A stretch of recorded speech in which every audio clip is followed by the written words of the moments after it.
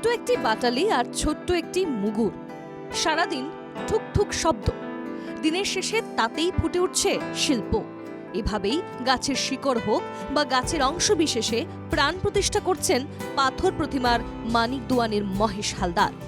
হয়তো রাস্তাও ঠিক মতো নয়, তবুও মনে হয় যেন এখানে শিল্পকলার প্রতিভা গ্রামের বহু মানুষের মধ্যে, ছেলে মেয়েদের মধ্যে লুকিয়ে রয়েছে। সেগুলিকে যাতে বহিঃপ্রকাশ ঘটে এবং তাদের জ্ঞানের উন্মেষ ঘটে, সেই প্রচেষ্টার মাধ্যমে ভাঙা ঘর হলেও তাদেরকে এখানে নিয়ে আমি আরও বড় স্বপ্ন দেখানোর চেষ্টা রেখেছি। অভাবের মধ্যেও কলকাতার চারু ও কারুকলা মহাবিদ্যালয় থেকে অঙ্কনে এমএ পাশ করেন তিনি। আর এরপরই সুন্দরবনে ফিরে তিনি নিরন্তর তালিম দিচ্ছেন ছোটদের। তার একটাই লক্ষ্য, টাকার অভাবে যেন প্রতিভা হারিয়ে না যায়। এমনি প্রথমে যখন কলেজে ভর্তি হয় তখন লেখাপড়ার প্রতি খুব একটা ন্যাক ছিল না।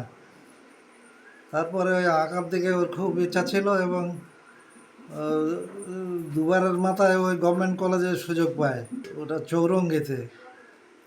তারপরে ওখান থেকে ও এমএফএ করেছে অঙ্কনের উপরে, এমএ মাস্টার ফাইন আর্টস। এখন ও কষ্টে শেষে এই আঁকিয়ে যেটুকু হয় সেইটুকু নিয়ে ও চালাচ্ছে। আমি চাই ও আরও বড় হোক, ও কীভাবে মানে সরকার থেকে কিছু একটু সাহায্য সুযোগ পায়। মহেশকে শিক্ষক হিসেবে পেয়ে খুশি তার ছাত্রছাত্রীরাও। এখানে আমরা আঁকা শিখতে এসেছি এবং বিভিন্ন ধরনের কাজ হয় এখানে, কাঠের কাজ, তারপর পাথরের কাজ, বালির টালির কাজ আর সুতো সেলাইয়ের কাজও শেখানো।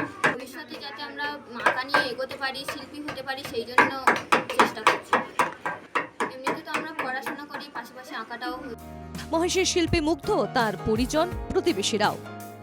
ছবিরানী অঙ্কন শিক্ষা কেন্দ্র, যার প্রতিষ্ঠাতা অবসরপ্রাপ্ত শিক্ষক মাননীয় নিমাই চাঁদ হালদার মহাশয়, তাকেও আমরা আন্তরিকভাবে শ্রদ্ধা জানাচ্ছি।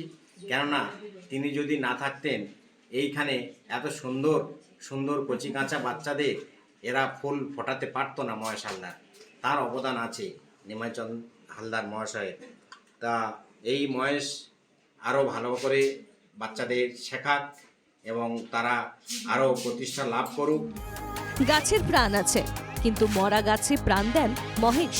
ফুটিয়ে তোলেন একের পর এক শিল্প। সেই শিল্পই এখন আলোচনায় পাথর প্রতিমায়। দক্ষিণ 24 পরগনা থেকে অরিজিৎ মণ্ডলের রিপোর্ট, এনকেটিভি বাংলা।